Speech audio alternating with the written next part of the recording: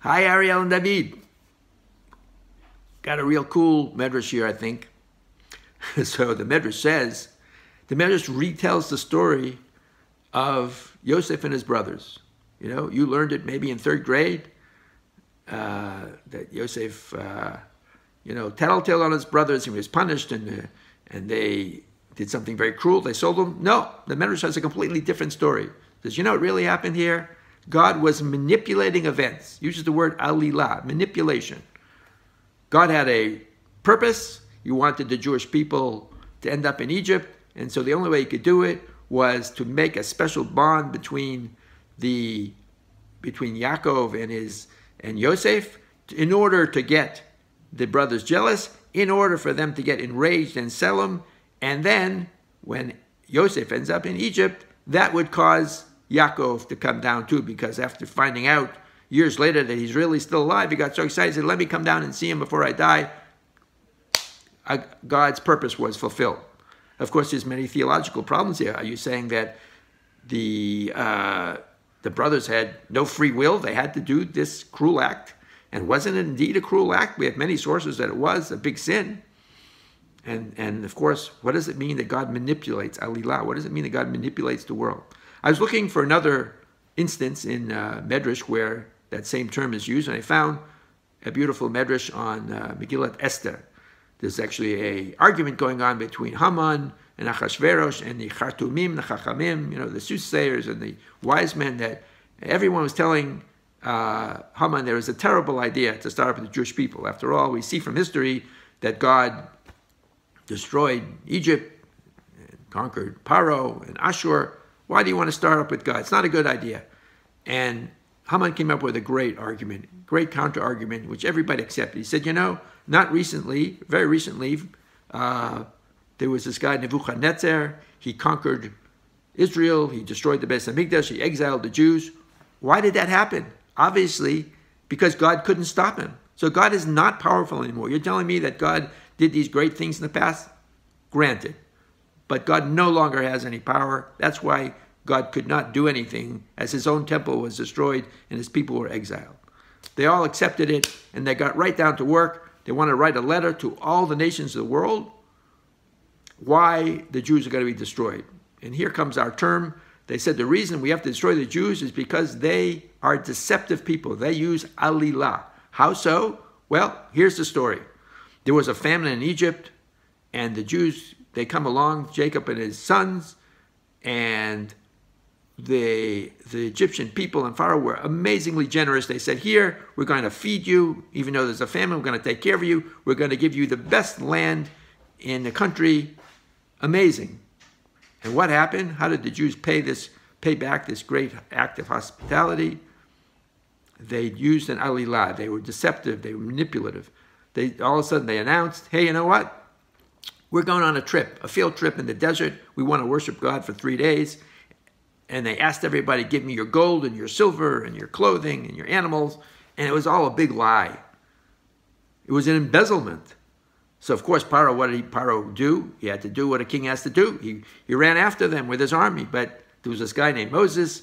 He had a wand, and he knew witchcraft, and he drowned everybody. And they couldn't retrieve all the stolen money.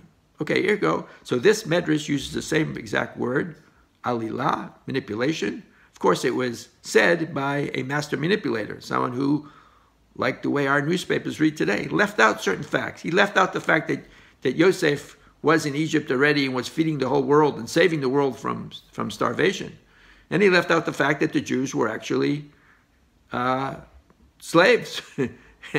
So those two facts he left out. Interesting, though, I was wondering after seeing the story, was there in fact some shreds of a lie in that story that Moshe told Paro when he said, we're going to go travel for 3 days?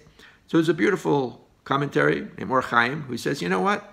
There was in fact some manipulation in that, because that's the way God runs the world. The Jewish people became slaves because they were manipulated. There's another Midrash that says that, that they were asked to help out and this and that, and before they know it, they were given quarters, and they said, now you're slaves. They were manipulated into being slaves, and God likes to give instructive punishments. So God said, okay, you manipulated the Jews. I'm going to manipulate you. We're going to take a little bit of compensation from that slave labor right now on their way out. Interesting that that seemed to me to help unlock everything, all the issues I had with the Midrash, and I'll tell you how. When you look at the story, it seems you take that overlay of God trying to give instructive punishments. So what happened here? You had the brothers who heard these dreams from Yosef. Now, what could they have done? They could have said, the guy's got an overactive imagination. He's immature. Let's not pay any attention to him. But instead, they were enraged. So they had a character flaw. And it seems that what God does is he stress tests character flaws. You have a character flaw of jealousy, I'm going to stress test that. So what happened? It ended up, they were enraged by the idea that Joseph said, we're going to bow down to you. Guess what? They did bow down to him.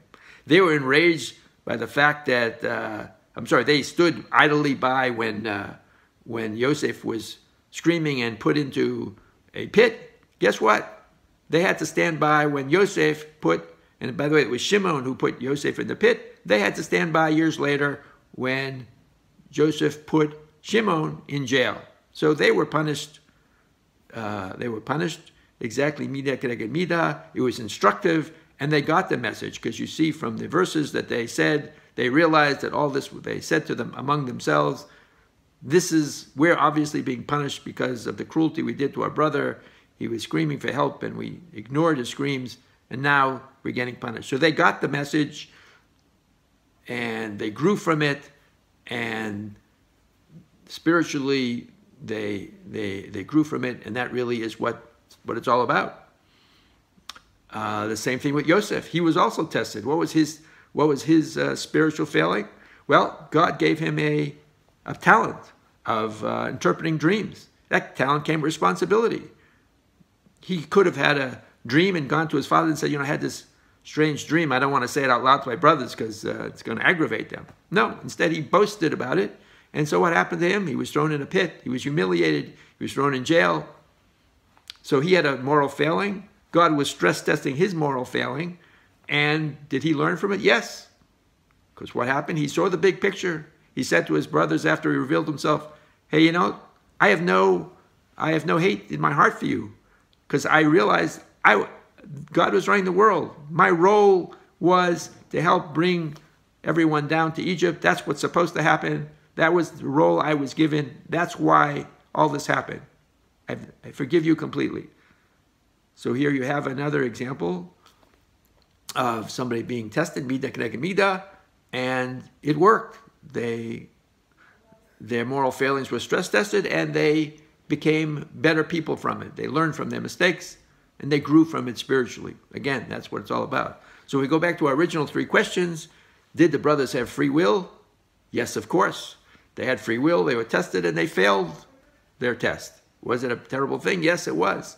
Why then did the Midrash use the strange term alilah, manipulation?